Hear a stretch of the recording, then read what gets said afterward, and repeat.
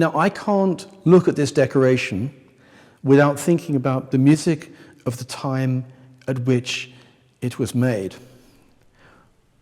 If, for instance, you play a sonata by Telemann or by Veracini, for instance, there's an amazing relationship between the form, the structure of the music, of the sonata, of the movements, of the phrases, and how then they become elaborated, both in terms of what the composer gives you to do, but on top of that, what we as players are expected to do. And for me, my relationship with what Stradivarius has done to this instrument is he seems to be doing the same thing. So I'd just like to introduce a few things about this instrument which depart from the norm, which are quite wonderful. The first thing to say is it has this beautiful one-piece back, and as on the front, the edge of the instrument running around the edges of the back and the front, as well as the normal line of the 3 strips of veneer which make purfling. This has been doubled to make 6 strips, but not in the way that a maker like Maggini would do. This has been separated. In the middle you have these beautiful lozenges and discs of bone, which I don't know how it's done. It serves to really enhance the form of the instrument. If you think about the difficulty of getting this right, it's really awe-inspiring. This is somehow not over the top. This seems to be utterly classical.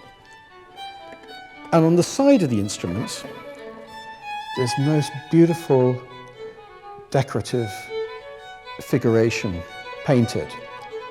There are 10 Stradivari decorated, ornamented instruments, we can call them. Of those, roughly half of them, this display around the side is an inlay. If you go upstairs, there's an instrument, a small Stradivarius called the Cipriani Potter, which is inlaid, but this is painted.